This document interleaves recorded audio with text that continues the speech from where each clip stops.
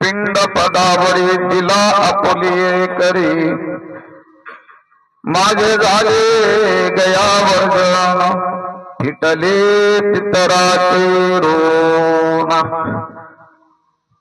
केले कर्मांतर बोंब मारिली हरिहर माझे झाले गया वर्जन फिटले पितरांचे ऋण तुका म्हणे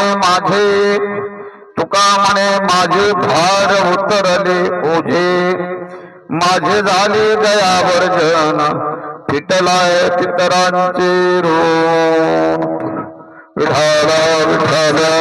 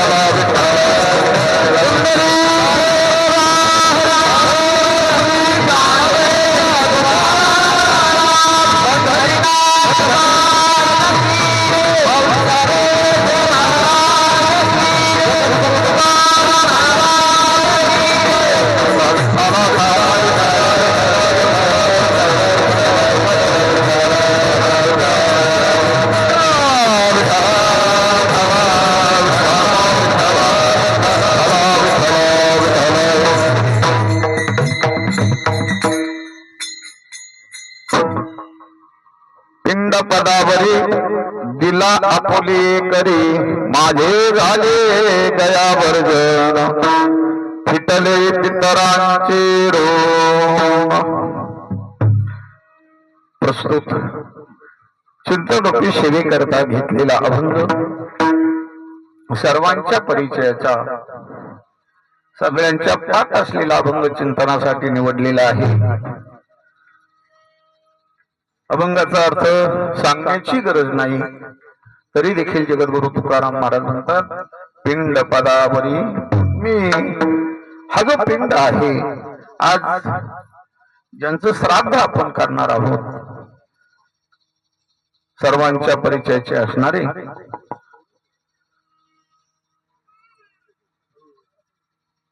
बंशी पाटील झाडे आपल्या गावामध्ये लालजी ज्यांना सगळं गाव परिचय मला असं वाटतं बंशी म्हणण्यापेक्षा लालजी जर म्हटलं तर सगळं गाव ओळखत होतं म्हणून यांचा आज इहलोकाची जीवन यात्रा ज्यांनी आपल्या विषयामध्ये समाप्त केलेली आहे परलोक मार्गे जीवनाचं ज्यांचं झालेलं आहे म्हणून त्यांना आज आपल्यातून जाऊन 1 वर्ष पूर्ण होत आहे आणि म्हणून प्रथम वर्ष श्राद्ध आहे। संत वाङ्मय तुम्हाला मार्गदर्शन करणार आहे। साधू संतांनी प्रत्येक भूमिकेवर अभंग रचना केलेली आहे आणि म्हणून श्राद्ध तर्पण विधी आज जो महत्वाचा आहे त्या श्राद्ध तर्पण विधी निमित्तानं अभंग त्यांच्याच संदर्भाने निवडलेला आहे। महाराज म्हणतात पिंड पदावरी दिला पुली करी मी माझ्या हातानं आज पिंडदान केलेलं आहे। काय आहे तर माझे झाले गया वर्जन फिटले पितरांचे ऋण गयेमध्ये गेल्यानंतर श्राद्ध तर्पण विधी करावा लागतो. आणि तो श्राद्ध तर्पण विधी जर आपण आपल्या हाताने केला तर जी काही पूर्वज आहेत, पूर्वज म्हणजे कोण दुसऱ्याचे नाहीत, जे आपले पूर्वज आहेत त्यांचा उद्धार होतो. याला शास्त्र प्रमाण आहे. आणि म्हणून कारण जे जे कर्म आपण करत असतो, केले कर्मांतर आणि पिंडदान काय आहे, कर्मच आहे. त्याच्या शास्त्रानं त्याचे 4-5 प्रकार सांगितलेले आहे. निषिद्ध कर्म, सिद्ध कर्म, काम्य कर्म, अनेक प्रकार आहेत. काही नैमित्तिक कर्म आहे. आणि म्हणून आज जे श्राद्ध तर्पण आहे ते नैमित्तिक कर्मामध्ये प्राप्त होतंय. आणि म्हणून केले कर्मांतर भोग मारिली हरिहर, आपण आपल्या हाताने जे पिंडदान करतो आज ते आपल्या हाताने कर्म आहे. आणि ते कर्म केल्यानंतर आज जे पूर्वज म्हणजे पितर आपल्यातून गेलेले आहेत त्यांचा आज महत्वाचा दिवस आहे. आजचा दिवस त्यांच्यासाठी राखीव असतो बरं का. आणि म्हणून आज असा पिंडदान केल्यानंतर बोंब मारावी लागते. पण हरिहराने बोंब मारून सांगितलेले आहे की मुलानं केलेलं जे पिंडदान आहे त्या पितरांचा आज उद्धार होतो आहे. आणि हे कर्म जे काही मुलं करतात आणि म्हणून त्यांचे जी मुलं आहेत, आमचे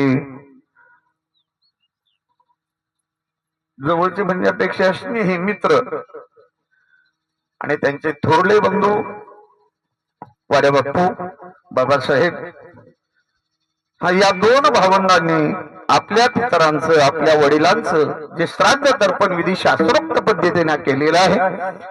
आणि म्हणून त्यांच्या जीवनामध्ये जे काही घडलं असेल त्या मुलांच्या जीवनाकडे जे येणारं जे कर्म असतं. आणि म्हणून शास्त्र आपल्याला असं सांगतंय की प्रत्येक मुलाची ही जबाबदारी आहे. आणि म्हणून आज यांच्या श्राद्ध विधी जर केला ना तर हे जे मुलं आहेत, बाबासाहेब असतात, बाप्पू असेल, यांनी, कारण हाही देखील आपल्यावर एक काय महत्वाचं एक बोजाच आहे आपल्या भाषेमध्ये.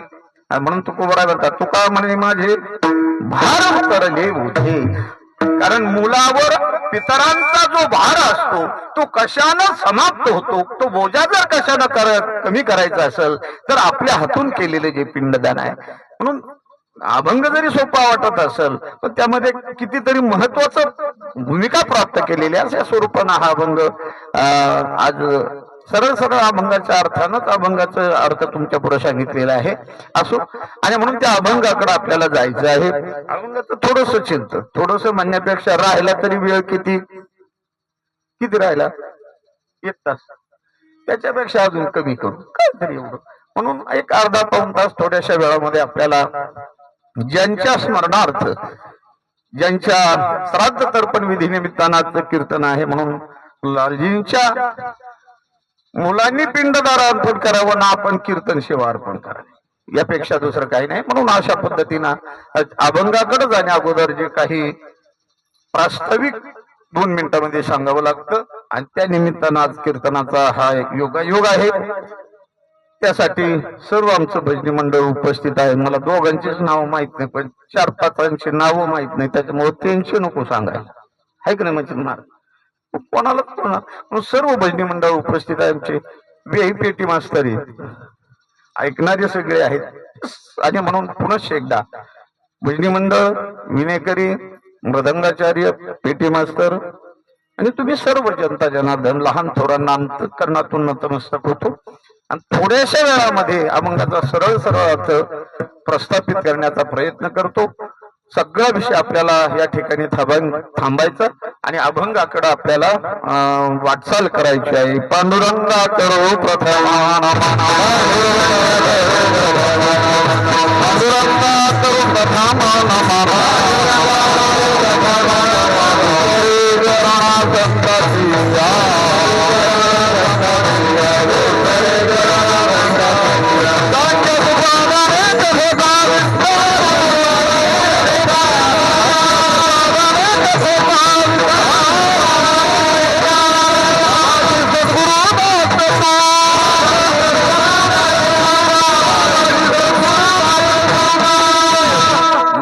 योग पीठित भीमरथमुरं पुंडरीकाय दातुं मुनीन्द्रैः समागत्य तिष्ठन्तमानन्दतग्नं परब्रह्मलिंगम भजे पांडुरंगम जयांचे केली आसन होय सकल विद्येचे अधिकरण तेचे बंधू श्री चरण श्री गुरूंचे एके नमस्कारोनी आता नमो सद्गुरु तुकया ज्ञानदीपा नमो सद्गुरु सच्चिदानंद रूपा नमो सद्गुरु भक्त कल्याण मूर्ती नमो सद्गुरु भास्कर पूर्ण कीर्ती आता कृपा भांडवल सोडी बरी मती माझी पोतडी तरी ज्ञान पद्य जोडी थोर माती मस्तक हे पायाव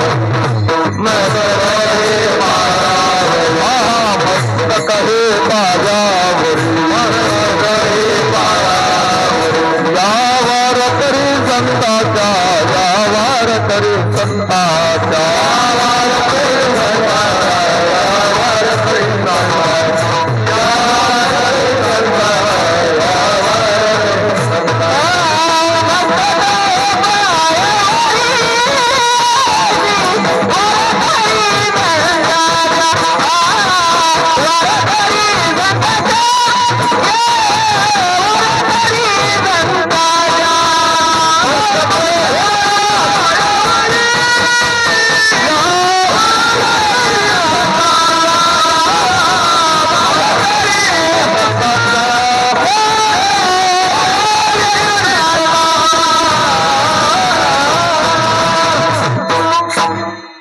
अभंगाकडे जायचंय 2च मिनिटांमध्ये मी उपक्रम असा मांडतो सर्व समाजाचा जगाचा जर आपण विचार केला थोडस 5 मिनिट लक्ष द्या सगळ्या विश्वाचा जर आपण विचार केला या सृष्टी रचनेचा जर आपण विचार करण्याचा प्रयत्न केला तर यामध्ये आपल्याला 3 प्रकार पाहायला मिळतात कोणते कोणते 3 प्रकार अशा स्वरूपाचे या नर शरीराला या जन्मभूमीला या मृत्यूलोकामध्ये आलेला प्रत्येक जीव अशा स्वरूपाचा आहे शास्त्राने त्याला 3 प्रकारात त्याची गणिती केलेली आहे पहिला जर जीव जन्माला तर सर्वच येतात परंतु या कर्मभूमीमध्ये प्राप्त झाल्यानंतर पहिला एक जो येतो ना तो भोगण्यासाठी येत असतो म्हणून भोग प्रधान जीवन आहे लक्षात द्या 3च पॉइंट सांगतो पहिला प्रत्येक जण जन्माला येतो काही केवळ भोगासाठी जन्माला येतात त्याला शास्त्र सांगतंय की हे भोग प्रधान आहे दुसरा देखील एक जन्मालाच येत असतो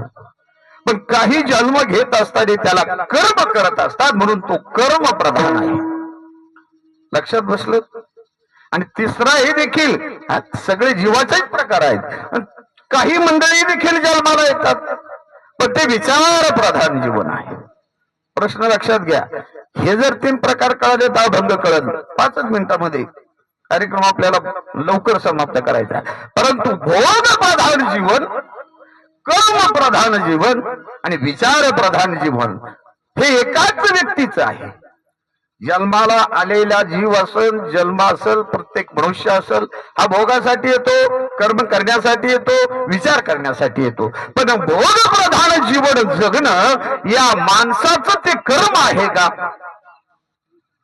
लक्षात भोगासाठी जन्माला आले का नाही आले पण केवळ भोगासाठीच आपण जन्म घेतलाय का नाही मग नेमके जन्म कशासाठी घेतलाय कर्म अशा स्वरूपाचा आहे भोग प्रधान जीवन जगणारा जो आहे त्याला शास्त्र जीव म्हणतंय कर्म प्रधान केवळ कर्म करण्यासाठी जो जन्म घेतो त्याला आमचं शास्त्र साधू म्हणतंय संत म्हणतंय आणि केवळ विचार करण्यासाठी जन्माला जो येतोय त्याला आपण माणूस म्हणतो बरोबर आहे की नाही आता माणसाचा जन्म कशासाठी साधूचा जन्म कशासाठी आणि जीवाचा जन्म कशासाठी हे प्रकार आपल्याला कळणं गरजेचं आहे कारण साधू जन्म घेतो या पृथ्वीवर राहतो वेळ समाप्तीनंतर निघून जातो जीवही जन्म घेतो या पृथ्वीवर कर्म करतो त्याचा वेळ संपल्यानंतर तोही निघून जातो पण जीव म्हणून जो जन्माला आलेला आहे त्यांनी काहीतरी डोकं चाललं पाहिजे ना आपल्या भाषेमध्ये मनुष्य जन्म घेणं इतर मी तुम्हाला सांगत नाही पशु आहेत या मृत्यू लोकांमध्ये पशु जन्म घेतात कोण म्हणतं घेत नाही आपण आलो तर ते कुठून आले पण पशु जन्म घेत असेल तर फक्त भोगासाठी घेतो साधू जन्म घेत असेल तर फक्त सत्कर्म करण्यासाठी घेतो, आणि मनुष्य जन्म घेत असेल तर फक्त विचारी म्हणून जन्म घेतो. विचार प्रधान आहे. विठाला विठाला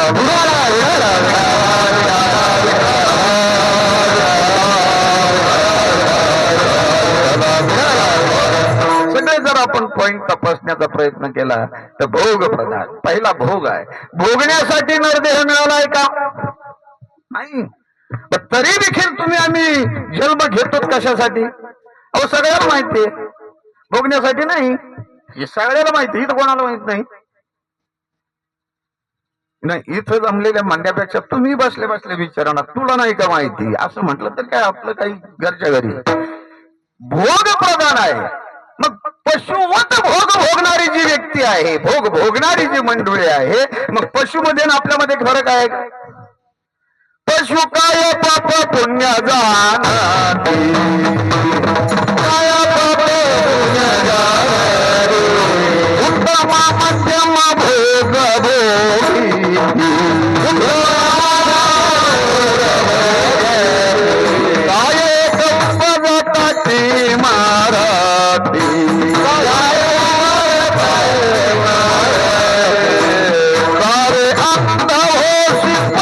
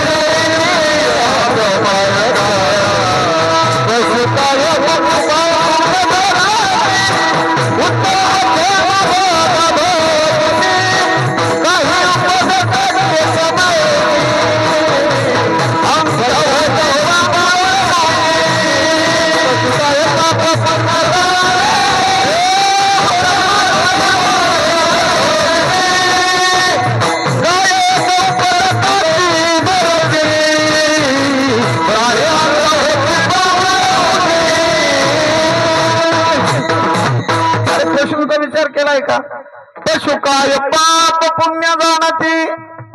ही व्याख्या कोणासाठी? ऐकताय ना तुम्ही बारीक? पुन्हा सांगतो. पशु काय पाप पुण्य जाणती.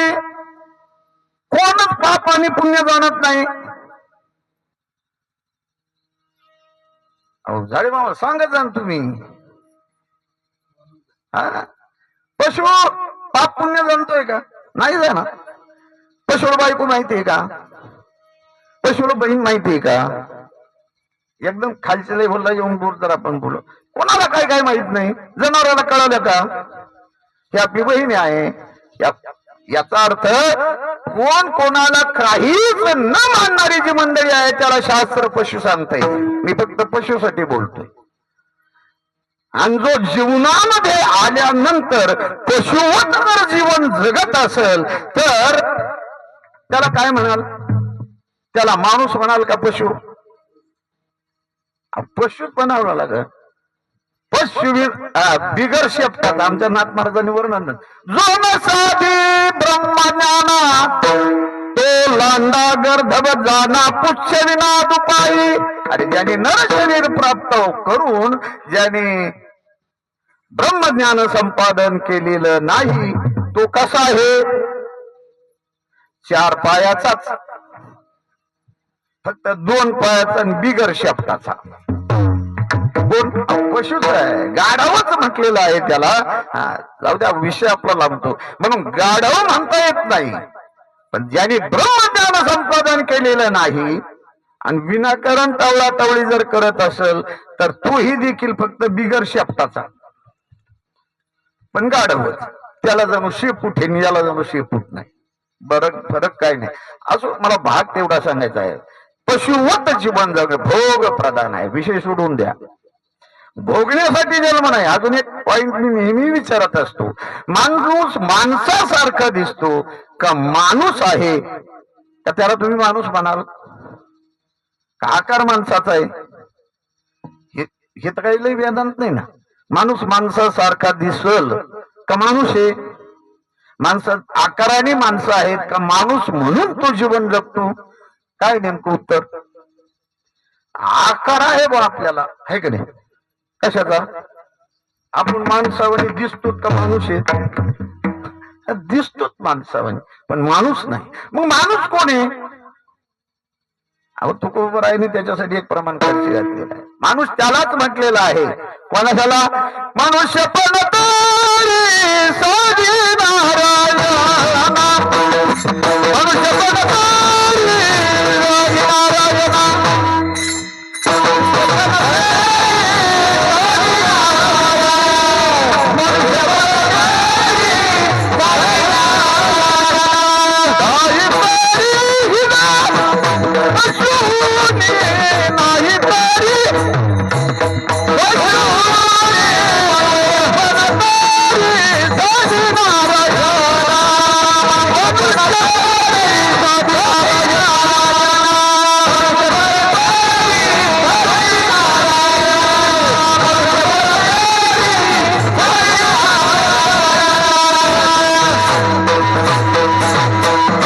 आणि म्हणून माणूस म्हणता येईल, पण माणूस त्याला म्हणतात. कोणाला? मनुष्यपणा तरी साधी नारायण. मनुष्याला जीवन जगलायला आलाय ना तू, मग साधी नारायण, नारायणाची प्राप्ती कर. आता नारायणाची प्राप्ती जर करत असेल तर मी त्याला माणूस म्हणतो का? पुन्हा विचारू, आपण माणसासारखे दिसतो का माणूस आहोत? अहो आपण माणूसासारखे दिसतो. माणूस म्हणण्याची लायकी आपल्याकडे नाही. का नाही? संत वाङ्मयाने त्याला माणूस म्हटलेला आहे की ज्याने आपल्या जीवनामध्ये ईश प्राप्ती करून घेतली. चला आता ईश कर्म भगवत प्राप्ती, त्यानं शास्त्राला मोक्ष असं म्हटलेलं आहे. मग मोक्ष मिळवण्यासाठी साधन किती किती आहेत? वेगवेगळ्या प्रकारचे आहेत की नाही? वेगवेगळ्या प्रकारचे आहेत. एखादा मनुष्य ब्रह्मचारी जीवन जगत असेल, शास्त्राने त्याला काही व्यवहार सांगितलाय, नीती सांगितली, मार्ग सांगितलाय, काही विधी सांगितला. मला तुम्हाला हा भंग करा नाही. ब्रह्मचारी जीवनामध्ये विधी आहे. ब्रह्मचारी जीवन जगायचं असेल तर शास्त्र आहे. शास्त्रानं सांगितलंय बाबा तुला ब्रह्मचारी जीवन जग, पण कसं जग? शास्त्राकडे पाहून जग. त्याच्यानंतर एखादा संन्यासी जीवन जगत असेल तर संन्यासाला देखील वेदानं शास्त्रानं सांगितलेलं आहे की तू संन्यास दीक्षा घे. संन्यासी जीवन त्याला म्हणतात की त्याला काही विधी घालून दिलेला आहे. अजून असेल गृहस्थ आश्रमामध्ये देखील विधी आहे. कधी गृहस्थ आश्रम बोकाळलेला आहे का? तू का म्हणे त्याची आश्रमाचे फळ परमपद वैराग्याचे. अरे वैराग्य जर निर्माण केलं तर गृहस्थ आश्रमामध्ये जरी राहत असेल तरी देखील मोक्ष रूपी ठेवा आपल्या हाताला येतो. याला प्रमाण जर कोण असेल तर आमची जगत तुकोबार आहे. किती प्रमाण आहेत आणि किती बोलण्याजोगा विषय. मला थोडक्यात तुम्हाला अभंगाकडे आणायचंय. ठीक आहे, मग शास्त्रानं एका मिनिटात शास्त्रानं विधी सांगितलाय. पहिल्या प्रथम हे मी तुम्हाला विचारतो, शास्त्र कळतंय का? पण कशासाठी शास्त्र आहे हे तरी कळायला पाहिजे. अलीकडे माणसं शास्त्रच मानत नाही. मानतात का कोणी शास्त्र? अहो शास्त्राकडे द्या सोडून. काही मंडळी शास्त्रात विधीच मानित नाही. याच्या पुढच्या घडी आहेत काही नाही. अहो गेलेला माणूस कुठं 12 महिन्यांनी येत असतो. उग काहीतरी आपलं थोतान काढून घाल जेवून घे कपडे जा इकडं होय तिकडं. नाक 50-50 हजाराला घर घालायचं. आता गेलेल्या माग येईन का? नाही या माताची किती घेत याच्यात. पण हे कशासाठी करावं लागतं? याला शास्त्र प्रमाण आहे. आणि शास्त्र जर कशासाठी सांगत असेल, शास्त्राने गप्पा नाही सांगितल्या. नाही तर शास्त्र बाह्य माणसंही देखील आपल्याला माहिती आहे. देव बेचे देव भोजनाथे भक्ती मरणाथे मुक्ती वाचनाची, मरणाथे मुक्ती वाचनाची.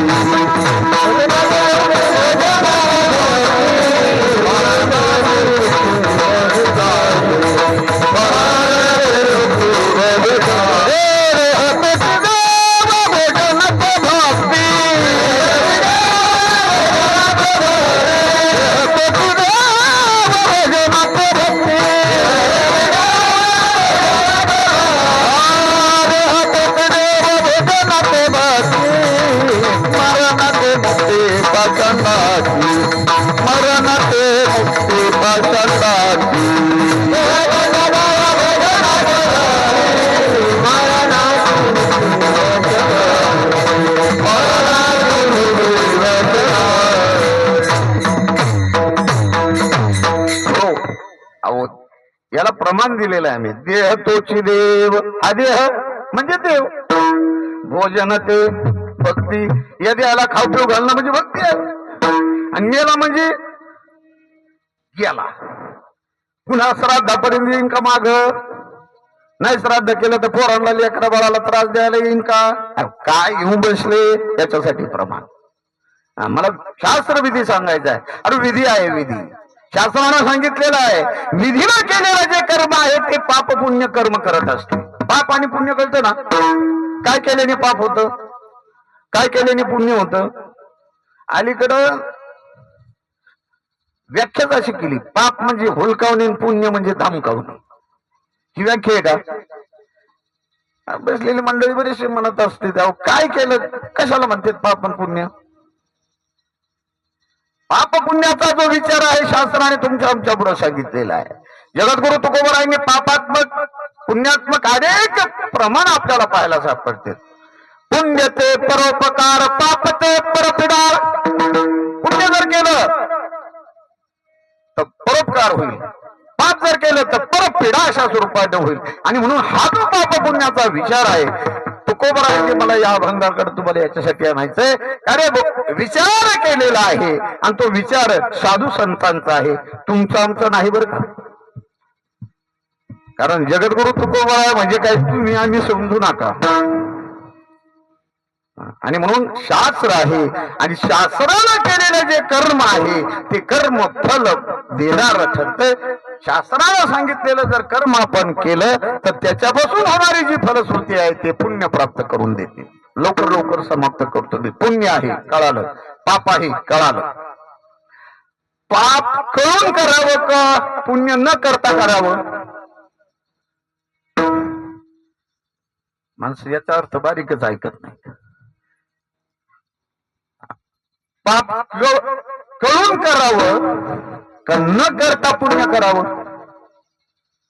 नको द्या बाजूला द्या सोडून ते आपलं उन्हाचा बाहेर. पाप कळत नाही कोणाला. मी सरळ सरळ दुसरं काही विचारतोय तुम्हाला. पाप कळत नाही कोणाला.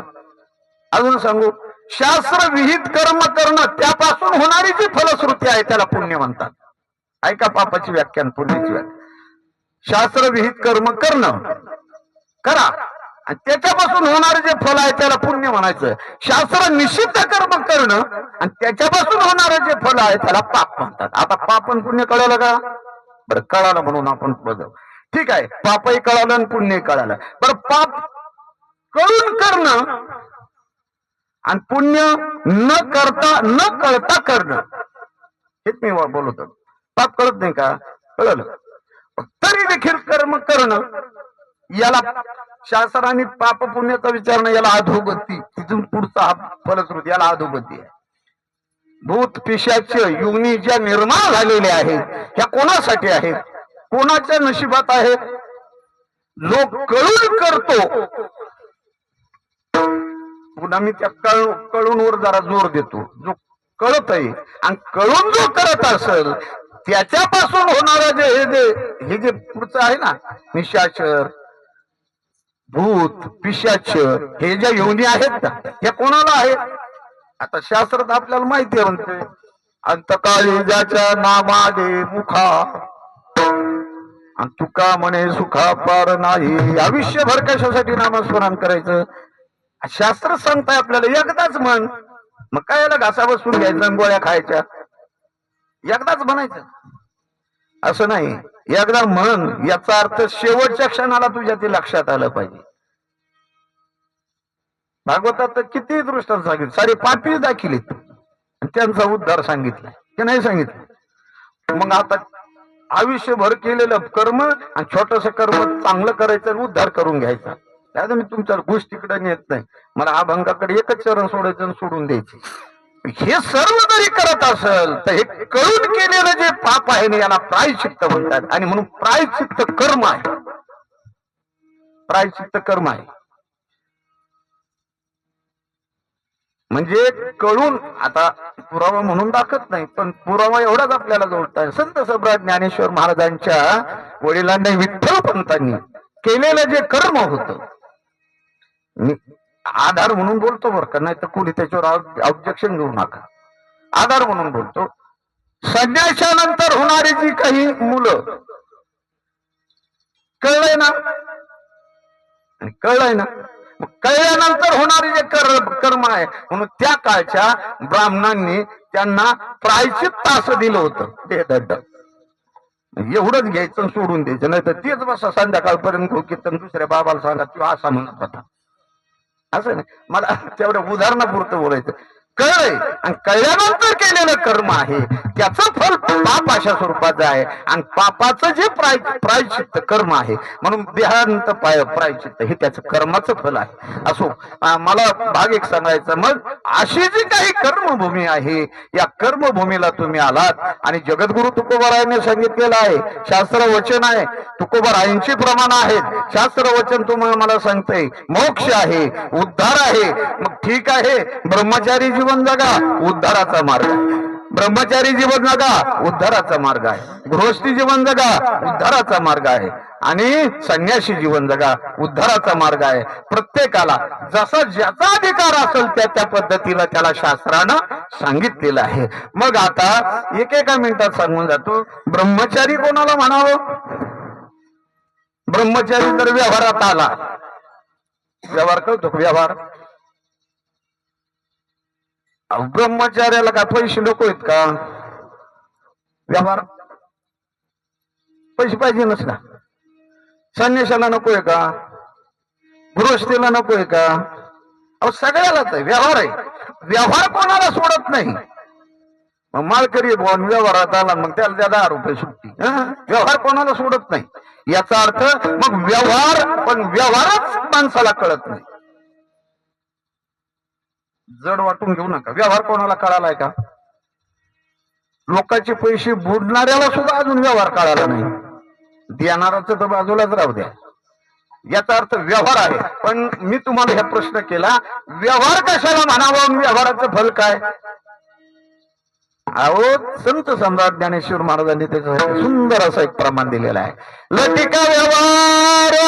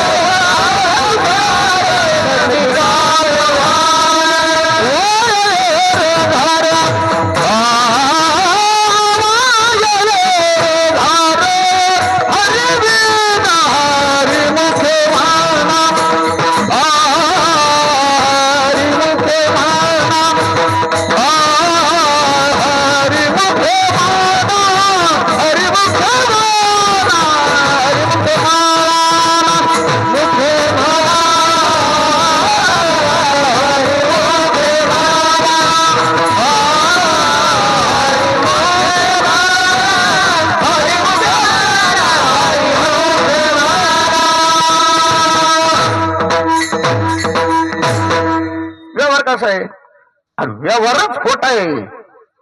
कोणी असो, एखाद्या महाराजांनी करू नये तर महाराजाच्या बापाने करू, व्यवहार म्हटला खोटाच, सत्य काहीच नाही त्याच्यात. आमचे एक दृष्टांत नेहमी, म्हणजे मी लोकांचं ऐकत असतो, आपल्या मनाचं काही नाही, तरी मोठ्या फक्त मोठ्याच ऐकतो, उग इकडून तिकडून पळणारच नाही ऐकत. एक सुंदर माणसाचं एक जाता जाता एक व्यवहार किती खोटा आहे. एकदा असं झालं, एक मनुष्य, व्यवहाराबद्दल सांगतो, एक मनुष्य असं प्रवासाला निघाला. रात्र झालेली होती, मुक्काम केला. सकाळी उठल्यानंतर पुन्हा उठला आणि निघाला. निघाल्यानंतर एका माणसानं, हॉटेल होतं, हॉटेल खोललं आणि आतल्या पराती बाहेर आणून ठेवतो. कशाच्या? हॉटेलमध्ये काय काय असतं, लाडू, जिलेबी, आमक तमक, खारा माल, गोडा माल, काय असेल ते त्यांनी परत आणून मांडली. आणि याला असं वाटलं, कोणत्या प्रवाशाला असं वाटलं की शास्त्र आपल्याला माहिती आहे दान करावं लागतं, पण उभ्या विषयात आपण कधी दान नाही केलं. पण आजचा महत्वाचा दिवस आहे, आपल्या घरी आपल्या पुण्यकाळ जे आहे, नाहीच काही सगळ्याला दान करता आलं, सगळ्या गावाला नाहीच आपल्याच्याने मोठी पंगत घेता आली, तर किंमत कमीत कमी टाळकऱ्यांना काय हरकत आहे? मिळालं तर बोलिलं जाऊ सगळे आपण. त्यांना काय ना दान केलं पाहिजे. पण म्हणलं काय करावं, कसं करावं. बरं, दानाचे अनेक प्रकार आहेत. सगळ्यांनी केलेलं दान पुण्य जाऊ दृष्टांत लांबतो म्हणून मग त्याने असा विचार केला, काहीच नको, टाळकऱ्यांनाच आपण दान करू, म्हणजे मोजकं घेऊ. आपल्या भाषेमध्ये खिशात पैसे नव्हते, खिशात हात घातला तर एक बंडल निघालं. म्हणलं चला जाऊ द्या. जो देणारच नव्हता ना, त्याच्याकडून आल्यानंतर माणसाला आनंद वाटतो. पैसे आपलेच असतील, पण एखाद्या देऊन जा. आणि जर दिले जर दिलेच नाही तर माणूस म्हणतो अरे किती बऱ्या फोन केला तर फोन स्विच ऑफ करतो, येतच नाही, देतच नाही. आणि 10 वर्ष गेले यांनी आळ केलेलं राहतं त्याच्यावर, त्या सोडून. आणि 10 वर्षानंतर जर आले तर त्याला किती आनंद होतो. असे पैसे मिळालेले होते. पण त्याने हॉटेल मालकाला विचारलं, म्हणले बाबा लाडूची परत होती. त्याने सांगितलं लाडू काय भाव. त्याने सांगितलं आपलं काय असेल नसेल. याने सांगितलं किती घ्यायचे. हॉटेल मालकाने सांगितलं किती घ्यायचे. हा म्हटला सगळेच मग. त्याने हॉटेल टाकल्यापासून एवढं गिराईक नव्हतं, टाकल्यापासून मला सगळेच मोजा म्हटल्याबरोबर तू असा भर 4-2 किलो मोजायचा, बाजूला ठेवायचा. मोजत आल्यानंतर ह्याच्या असं डोक्यात आलं, लाडू तर वाताळच असतात ना, आणि टाळ करायला घातलं तर विनाकारण पोट दुखायचं. मी याने हॉटेल मालकाला सांगितलं, हो थांबा. म्हटलं काय झालं. म्हटलं काय नाही, हे वाताळ दिसतंय, कारण तवर तिने जिलेबीची परत आणून मांडली होती. म्हटलं हे वाताळ दिसतंय, मग आता वाताळ दिसतंय म्हटलं मग असं करा, याच्याऐवजी जिलेबी. तो म्हणला हे काय ते काय, किती देऊ. म्हटलं सगळीच. तो गरबडला. त्याने आपलं निम्मी अर्धी मोजल्यानंतर म्हणला जिलेबी काही जरी केलं तर तेलकटाचे ना, घशी बसतील ना. तर त्याने गुलाबजामुनचा आणून ठेवलं. तो हॉटेल मालकाला पुन्हा म्हटला, ओ शेठ. तो म्हटलं काय. ते काय नाही म्हटले, याच्या ऐवजी गुलाबजामू द्या. म्हणले कसं केलं तर दुधाचे आहेत, पौष्टिक आहेत, निदान रक्त तरी वाढल. त्या म्हटले द्या. तो म्हणला असं काय करता राव. त्याने सांगितलं किती देऊ. म्हटलं सगळे द्या. याचं सगळं म्हणजे ठोकच होत, सगळे मोजा. म्हणजे काय भरण ते. मालकाला असं वाटलं नाही जाऊ द्या, आपल्याला काही कष्ट झाले, कुठं झाला, पैसे तर मिळणारच आहे ना. याने सांगितलं ठीक आहे असं तसं. म्हणजे काय आणलं न्यायला. म्हणलं काय नाही आणलं, इथं आल्यावर ठरलं. याने सांगितलं बरं नका का ठरणा. असं ते घरात गेला, डबा घेतला, घासला, पुसला, पॅकिंग केलं, सगळे मोजले. पॅकिंग झाकणाचा डबाला म्हणजे झाकण लावलं. यांनी सांगितलं कशात घेतलं. यांनी सांगितलं पिशवी होती, पिशवीत डबा टाकला आणि पायऱ्या उतरून निघाला. कोण. मी व्यवहार सांगतोय तुम्हाला. पायऱ्या उतरून गडी निघाला. हॉटेल मालकानं सांगितलं ओ मामा. त्यांनी मागे पाहिलं. म्हणला काय म्हणता. अहो तसेच निघाले तुम्ही. म्हटले मग कसं निघू. ते म्हटले काय झालं. अहो म्हटले पैसे, महत्वाचा तर व्यवहार आहे, पैसे द्या ना. तो म्हटला पैसे कशाचे. हा गुलाबजामुन घातलेला पदरात ज्याच्या होतं. म्हटलं कशाचे. त्यांनी सांगितलं गुलाबजामुनचे. तो म्हणला गुलाबजामुन मी घेतले, पण कशा ऐवजी घेतले. जिलेबी ऐवजी घेतले ना, याच्या ऐवजी. त्याने सांगितलं अहो म्हणले जिलेबीचे का व्हायना द्या ना. तो म्हणला जिलेबी कशा ऐवजी घेतली. म्हटलं लाडू ऐवजी. तो म्हणला कशी का व्हायना, लाडूच्या का व्हायना द्या ना. म्हणला लाडू घेतलेच कुठं. त्यांनी काय घेतलं होतं कळलं कोण तुम्हाला.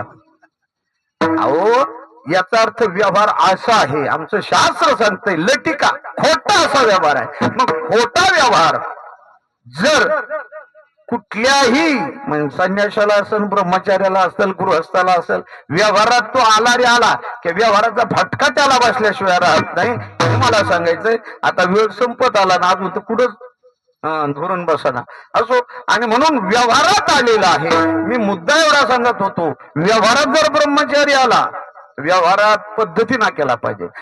कारण ब्रह्मचर्याला शास्त्राने नियम घालून दिलेले आहे. ऐका एका मिनिटात सांगतो. ब्रह्मचर्याचे काय नियम आहेत? ब्रह्मचारी जीवन जगायचंय ना, त्याने 2 गोष्टीचा त्याग केला पाहिजे, कनक आणि कांता. कनक म्हणजे सोनं आणि कांता म्हणजे श्री. या 2 गोष्टीचा त्याग जर केला तर त्याला ब्रह्मचारी पदाला शब्द आहेत, प्रमाण आहेत, पुण्य आहे. आणि तो जर ढसाळला तर त्याच्या इतकं पाप दुसरं काही नाही. मग पाप जर घडलं ब्रह्मचार्य करून तर त्याला शास्त्र पाप घालवण्याचं साधन शास्त्रच आहे. मग शास्त्राने त्याला विधी सांगितलाय. कोणता विधी सांगितलाय? तू असं कर, त्रिवेणी संगमाला जा आणि आपण ज्याला म्हणतो ना पर्वणीचा स्नान कर, म्हणजे पर्वणीत जा आणि तिथे तू स्नान कर. त्याला कुंभ पर्वणी म्हणतात. एक मिनिटाचा कुंभ पर्वणी केले का ब्रह्मचार्याचं पातक 3 वर्षातून येणार ही जी पर्वणी असते त्याच्या स्नान केलं का पातक धुवून जातं. जाऊ द्या. संन्यासीनं शास्त्रानं सांगितलेलं आहे, एका गावात एकच मुक्काम कर, 5च घराची भिक्षा माग आणि निघून जा. त्या दिवशी जर दुसऱ्या गावात जर तू त्याच दिवशी जर थांबला तर तुझ्या इतकं घोर पाप दुसरं कोणतं नाही. मग त्याच्याकडून जर दुसऱ्या दिवशी थांबला आणि पाप घडलं तर त्याला सांगितलं सिंहस्थ पर्वणी स्नान कर, म्हणजे 9 वर्षातून एकदा येते. तेथे स्नान कर, त्याचं पापाचं प्रायश्चित्त त्याला तिथे मिळेल. दादा मला सगळंच नाही सांगायचंय, पण वानप्रस्थ आश्रमातला देखील शास्त्रानं सांगितलेलं आहे. वानप्रस्थ म्हणजे 60-70 वर्षापर्यंत प्रपंच करावा आणि नंतर प्रपंचातच राहावं, फक्त ईश्वर चिंतन करावं. याला वानप्रस्थ आश्रम म्हणतात. त्यालाही देखील सांगितलेलं आहे की तू हरी चिंतन कर शेवटच्या क्षणापर्यंत. जाऊ दे, आपण हे तिथले कोणीच नाही. पण एक महत्वाचं आहे गृहस्थाश्रम.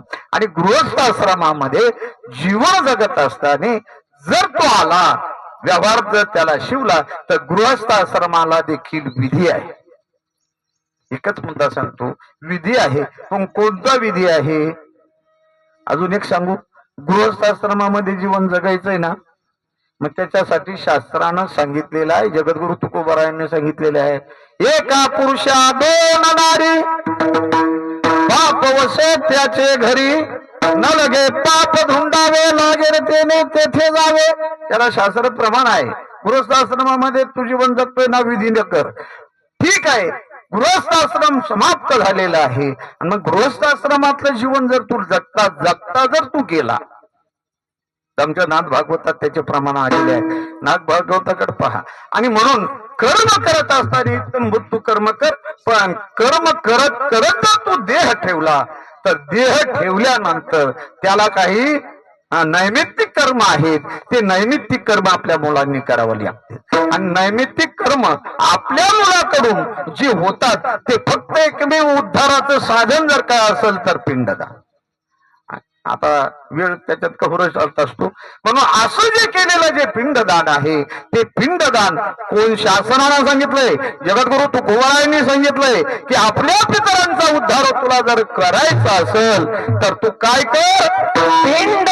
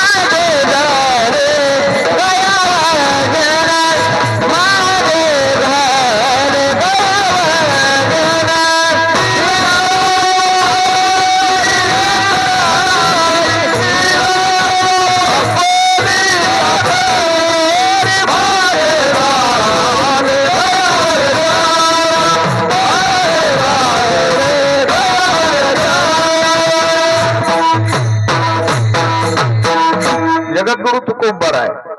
केवळ प्रपंच करणारा एखादा गृहस्थाश्रमामध्ये जीवन जगत असेल तर त्याच्यासाठी शास्त्र सांगताय की बाबा तू एक कर. काय कर? पिंड पदावरी. आता शब्दशः अर्थ जर आपण पाहिला, पिंड त्याच्या पुढे दान असे शब्द आहेत. पिंडदान. आता लालजीच्या जीवनामध्ये ज्याला शास्त्रानुसार जर आपण पाहिलं तर मुलांकडून यात पहिलं पिंडदान होतंय. पहिलं म्हणजे गुरु याला 10व्याला होतंय, परंतु जीवनाचा ज्यावेळेस प्रवास चालू होतो मग असं आहे. आता खूप लांबलचक सांगावं लागतं तेव्हा ते मेळ लागत. थोडक्या वेळामध्ये सांगता येत नाही. पहिल्या दिवशी कोणतं कर्म करावं लागतं. गेलेला जीवात्मा जो असतो ना, तो देह ठेवल्यानंतर त्याला पहिल्या दशेचा एक विधी वेगळा आहे. आपल्या भाषेमध्ये अग्नी डाव देणं. नेमकं कोणाला अग्नी डाव द्यावा लागतो?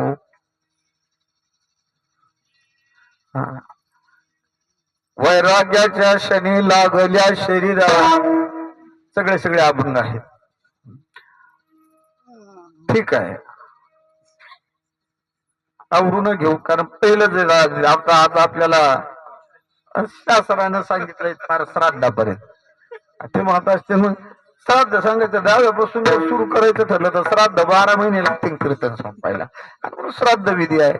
श्राद्ध विधी का करावा लागतो? श्राद्ध याचा अर्थ जो 14व्या दिवसापासून जो जीव या विश्वाच्या पोकळीमध्ये भ्रमंती करत असतो, प्रवास करत असतो, प्रवास करत करत त्याला 12 महिने लागत असतात. पितृ लोकातले 12 दिवस आणि मृत्यू लोकातले 12 महिने. मृत्यू लोकातला 1 महिना 30 दिवसाचा असतो किंवा अमावस्या ते अमावस्या 30 दिवसाचा 1 महिना धरला जातो. आणि पितृ लोकामध्ये तेवढ्याच काळाला 1 महिन्याला 1 दिवस ठरलेला असतो. अजून ब्रह्मलोकातलं सांगत, इंद्र लोकातलं वेगळं, प्रत्येकाचं वेगवेगळं आहे. आणि म्हणून असं 12 दिवस ज्यावेळेस प्रवास असतो यमाच्या दरबारामध्ये, दरबारामध्ये ज्यावेळेस जीव हजर होतो आणि हजर झाल्यानंतर यमधर्म त्याला विचारतात की तू तुझ्या जीवनामध्ये काय केलं. काय केलं? काय केलं म्हणजे शेजारच्या जमिनी घेतल्या, आमक्याच्या मोटरी चोरून आणले, ते नाही विचारित बघा. म्हणते सांगायलाच लागलो तर मी तर किती काही सांगेल. 10-12 जेल मध्ये गेलो बाहेर आलो, तिथं सांगाल का हा काय सत्कर्म काय केलेलं आहे. आणि म्हणून जर तुझ्या जीवनामध्ये जे जमेची बाजू जर काय तिथं आज जर काय प्राप्त सांगावं लागत असेल तर जे सत्कर्म आहे, जेणेकरून तुझ्या जीवनामध्ये पुण्य कोणतं कोणतं घडलेलं आहे ते सांग. आणि तेवढं करून जर त्याला अधोगती प्राप्त होत असेल तर त्यांनी जे काही या मृत्यू लोकामध्ये केलेलं असतं त्याला 2 गोष्टी असतात. कोणतं? मृत्यू लोकामध्ये व्यवहार करत असताना एक संपत्तीसाठी करावा लागतो आणि एक संततीसाठी करावी लागते. संतती आणि संपत्ती. सगळा प्रपंच कोणासाठी? तुम्ही करतात, मी करतो, सगळं जगच करतं. या 2च गोष्टीसाठी, संतती आणि संपत्ती. फक्त संतती कशी मिळवायची, संपत्ती कशी मिळवायची ही ज्याने त्याने ठरवावं. त्याच्यावर पुढील भोग अवलंबून आहे. असो, वेळ संपला म्हणून थोडस कमी करतो. आणि म्हणून संतती तुझी काय करते, आणि म्हणून तीच, कारण पितरापासून निर्माण झालेली आहे. मी नाथ महाराजांची उभी जाता जाता सांगेन की नाथ भागवतामध्ये नाथ महाराजांनी सांगितलेलं आहे, तुला प्रपंच करायचा आहे ना, ठीक आहे कर. मग प्रपंच करत असताना शास्त्रानं सांगितलेली ही एक पर्वणी आहे. जन्मदात्याचे जन्म मरण, आई वडिलांचं जन्म आणि मरण ही त्या गृहस्थाश्रमाची पर्वणी जाण. आपण या झाडे कुटुंबामध्ये लालजी आज या तिथीला गेले, आजचा जो दिवस आहे त्या कुटुंबाकरता ती पर्वणी आहे. लक्षात बसलं का? पर्वणी कळते. पर्वणीत केलेलं जे दान असतं ते पुण्य प्राप्त करून देणार असतं. आणि आज या झाडे कुटुंबाच्या निश्चय सगळ्यांना नाही ना, नाही तुम्ही म्हणता ना मी येत का त्याच्यात, नाही पण शंका असते म्हणतो. फक्त त्यांच्या पुत्रांची म्हणजे 2 त्यांना मुलं आहेत आणि त्या कुटुंबाची आज ही पर्वणी आहे. आणि पर्वणीमध्ये काय करावं लागतं? दान करावं लागतं. कोणतं दान करावं लागतं? मग दानाचे अनेक प्रकार आहेत. असा दान शब्द आल्यानंतर त्याचं फल काय आहे? पुण्याचं आहे. असं मला एखादा शब्द दाखवून द्या की दान आहे आणि त्याचं फल पाप आहे, असं नाही कुठं. किती आहे? गोदान आहे, सुवर्णदान आहे, भूमिदान आहे, सगळे दानच आहे. जवळ आलेलं मतदान बी आहे. फक्त चिठ्ठीत नाव नका येऊन देऊ. कशाच्या? घेतल्याच्या. म्हणून हे दानच आहे. परंतु या दान आहे. मृत्यू लोकांमध्ये जीवन जगण्यासाठी पैसा दान आहे, गरिबी हटवण्यासाठी सुवर्ण दान आहे, एखाद्याला जीवन जगण्यासाठी रक्तदान आहे, एखाद्याला निवडून येण्यासाठी मतदान आहे. परंतु पितरांसाठी केलेलं दान कोणतं आहे? म्हणून त्याला पिंडदान असायला. पितरांसाठी केलेलं जे आहे ते पिंडदान आहे. आणि असं जे पिंडदान आहे दुसऱ्याला ते कोणालाही करता येत नाही. मग कोणाला करावं लागतं? तर आपल्या संततीतला जो मुलगा असतो त्या मुलाला त्याचा अधिकार आहे. का बरं शास्त्रानं सांगितलंय मुलाला अधिकार सांगितलेला आहे? तर त्याचं एक शास्त्रकारण अशा या पद्धतीचं आहे की पितरांना जे पितर कुठं तरी डुबत असतील, आपल्या भाषेमध्ये नरकामध्ये जर जात असतील, तर त्या पितरांना तारण्याचं जे कार्य आहे ते फक्त पुत्रच करू शकतो. म्हणून पुत्र असं म्हटलेलं आहे. पुत्र का म्हणतात? पितरांना तारण्याच मग दान करून, संकल्प करून, काय असेल पिंडदान करून, मंत्र घोष करून, अजून वस्त्रदान करून, अन्नदान करून, हे सगळे दान केवळ त्यांच्या उद्धारासाठी केल्या जातात. आणि म्हणून इथे जगद्गुरु तुकोबाराय म्हणतात, पिंड पदावरी मी माझं पिंड जे आहे हे पदावर दिले. पदावर दिलंय म्हणजे विष्णू पदावर दिलंय. विष्णुपद आहे. गयला गेलेले नाना तुम्ही. गयला असं आहे काय? स्वयंभू विष्णुपद आहे. भगवान विष्णूचं पद आहे. आणि त्याला साक्षी ठेवावं लागतं की मी माझ्या वडिलाचं हे पिंडदान करतोय. एवढंच नव्हे तर आपला स्वतःच पिंडदान देखील आपल्या हाताने तिथे विष्णुपदावर साक्ष ठेवून करावं लागतं. जर केलं, पिंड पदावरी दिला आपुली करी, मी माझ्या हातानं माझं हे जे पिंडदान आहे विष्णुपदावर प्राप्त केलेलं आहे. आणि काय झालं हे करावं कुठं? जगद्गुरु तुकोबाराय म्हणतात की मी हे केलेलं पिंडदान माझ्या हाताने केल्यामुळं गयेमध्ये जे फल आहे ती माझ्या घरामध्ये देखील करू शकतो. अभंगाचं द्वितीय. झाले गयावर जाना, माझे झाले गयावर गेला, माझे झाले गयावर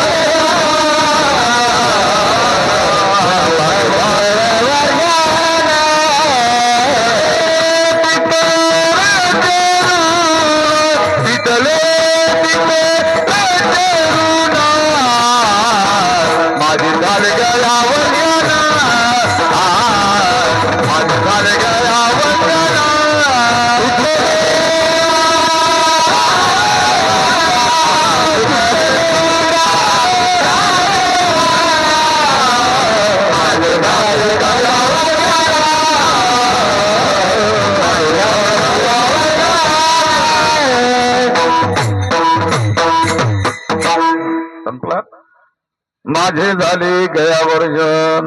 गयेला हा विधी करावा लागतो. असो, पण काय कशासाठी करावं लागलं? तर पितरांचे ऋण आपल्यावर ऋण कळतं ना.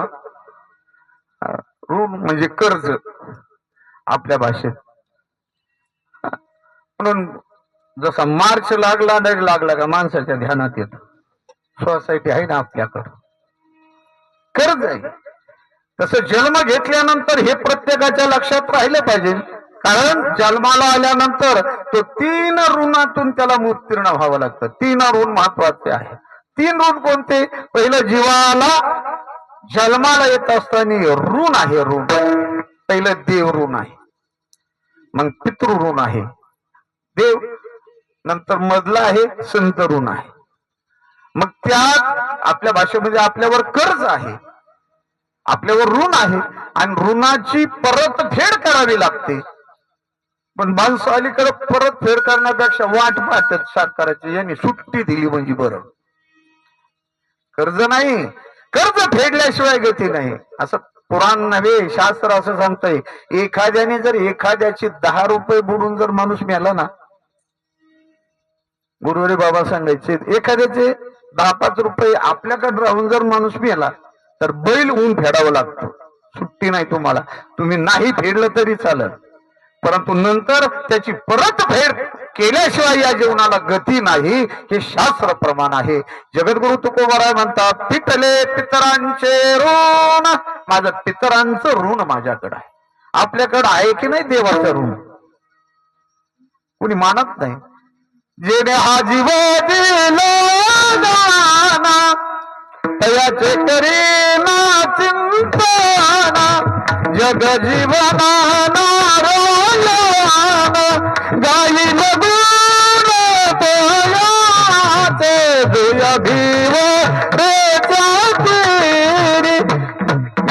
असो. हा देवाचं ऋण आहे आणि देवाचं ऋण परतफेड करण्यासाठी काय करावं लागतं? तयाचे करीना चिंतन, त्याचं चिंतन करणं हे ऋण फेडण्याचं कार्य आहे. एक कळालं, संत ऋण आहेत. संतांना तुमच्या आमच्यावर हे ऋण आहे, आपल्यावर त्यांची उपकार आहेत. केले उपकार सांगू काय, बापान कर्याशी माय धर्मी त्यांच्या देखील पाय दिली, अक्षय भावे वरदान गा. हा जीवाला मोक्षापर्यंत नेण्यासाठी जर सगळ्यात मोठं जर उपकार कोणाचे असतील तर संतांचे आहे. आणि त्या संतांच्या ऋणातून उत्तीर्ण व्हायचं असेल तर त्यांनी काय करावं? तद्विधी प्रणिपातेन परिप्रश्नेन सेवया, त्यांनी त्यांची सेवा करावी लागेल. संपला मुद्दा माझा, सेवा करणं संतांच्या ऋणाचा मुक्त. आणि एकच गोष्ट लक्षात ठेवा, आई वडिलांचं ऋण आहे ऋण, पण ते ऋण फेडण्यासाठी मुलांनी काय करावं? आई वडील आहे तोपर्यंत त्यांची सेवा करावी. का वृद्धाश्रमात नेऊन घालावं? अलीकडे माणसं म्हणत असते, आता तरी ते काय बिगर कामी झालाय ना, काय प्रत्येकडे पोरांना धोका देत नाही, नाताला तर धोका द्यावा का नाही? सृष्टी आंडवर हिंडतो काय ऋण? म्हणून शास्त्र प्रमाण आहे की आई वडिलांनी तुमच्या आमच्यावर हे केलेले उपकार आहेत आणि उपकारातून जर उत्तीर्ण व्हायचं असेल तर त्यांची सेवा करावी. आहे तोपर्यंत सेवा, मुद्दा संपला माझा. आहे तोपर्यंत त्यांची सेवा, शरीराने असेल, मनाने असेल, कपडे धुणं असेल, अनेक काही असेल, अनेक वेगवेगळ्या पद्धती आहे. आई वडिलांची सेवा आहे, पण सेवा आहे तोपर्यंत सेवा करावी. आणि गेल्यानंतर देखील सेवा आहे बरं का. जसं नामदेव महाराजांचा अभंग आहे ना, देह जावो अथवा राहो, देह आहे तोपर्यंत हे देवा मी तुझी सेवा करेन, पण देह गेल्यानंतरही देखील मी तुझी सेवा करेन. आई वडील जोपर्यंत आहेत तोपर्यंत सेवा. मग ती खाणं असेल, पिणं असेल, राहणं असेल, सेवा असेल, अन्य काही असेल, दवा पाणी असेल, गोळ्या असतील, हे सगळं करावं. आणि देह गेल्यानंतर, त्यांचा देह गेला त्यानंतरची जी सेवा आहे त्याला श्राद्ध सेवा म्हणावं. श्राद्ध पिंडदान ही त्यांची सेवा आहे, कारण त्यांचा उद्धाराचा मार्ग आहे. म्हणून माझे झाले गयावर जन, पिटले पितरांचे रोज, केले कर्मांतर, बोंब मारिली हरिहर. हे सगळे केल्यानंतर जगद्गुरु तुकाराम महाराज म्हणतात की अरे अशी सेवा आहे ती करावी लागते. आणि या 3 सेवेतून सेवा निघून गेल्यानंतर की जगद्गुरु तुकाराम महाराज म्हणतात, तुका म्हणे माझे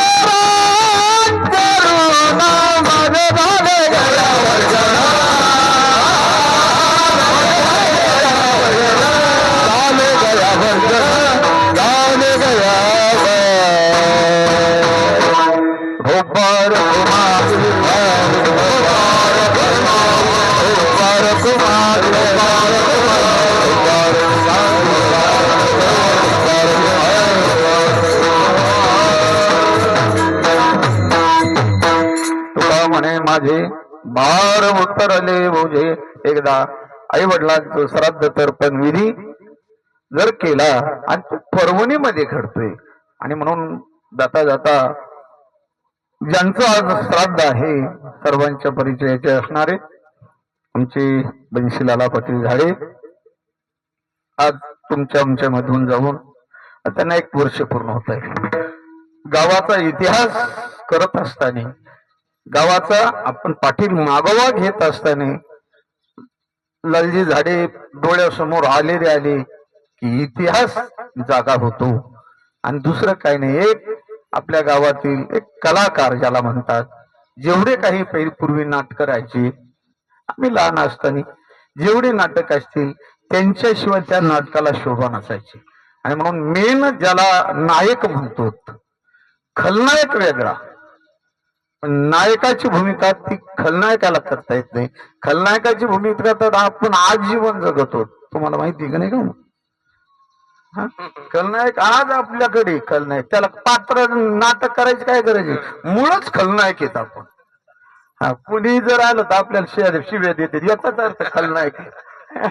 खलनायक जीवन जगू नये, नायक म्हणून जीवन जगावं. नाही म्हणून लालजीच्या जीवनामध्ये नायकाची भूमिका असायची. शिवछत्रपती नाटक अगदी गाजलेलं, ते तंट्या भील, फक्त छातीच फुटलेली माणसाला कळत नव्हतं, पण पब्लिकला असं वाटायचं खरोखरच छातीत फोडली का काय या माणसाने. राजा हरिश्चंद्र, या असे काही नाटकं होते की त्यांच्यामध्ये मेन नायकाची भूमिका गावाच्या पाठीवर, मला असं वाटतं कलाकाराच्या भूमिकेमधून लालजीचं नाव बोर्डवरून आज ते असं वाटेल की गाव किती बाहेर गावाला फिरल्यात येते. मिरी म्हटलं का काय पूर्वी नाटक करायचे होते, लाला झाडे नाही का, मग त्यांना काहींना माहिती नव्हतं, पण नाव असं होतं. आणि असं नायकाची भूमिका ज्यांनी केली, म्हणजे कलाकारातला कलाकार ज्याला आपण म्हणतो, हा कलाकार आपल्यातून गमावलेला आहे, आपल्यातून गेलेला आहे. आणि कलाकाराची काही कमी कला नसती, मग कलाकारच असते ते असो. आणि त्यांचे सुपुत्र वाऱ्या बापू अगदी दैनी अवस्थेमध्ये, अशा परिस्थितीमध्ये यांनी शिक्षण घेतलं बी, केलं बी, नोकरी लागली. त्यांचे लाने बंधू आमचे परम मित्र बाबासाहेब, अधिक कष्टाची भूमिका आहे. आणि हे सगळं करत असताना त्यांनी आपला प्रपंच ठीकठाक केला. आणि त्यामध्ये देखील वडिलांचं श्राद्ध मोठ्या अंतकरणानं, पवित्र भूमिकेने, कारण हे मुलाचं कर्तव्य आहे. आणि म्हणून गेल्या वर्षी मातोश्री गेलेले आहेत. त्याला झालं असतं 2 वर्ष, नाही 1-1.5 वर्ष. किती झालं? 1-1.5 वर्ष असा टाइम होता.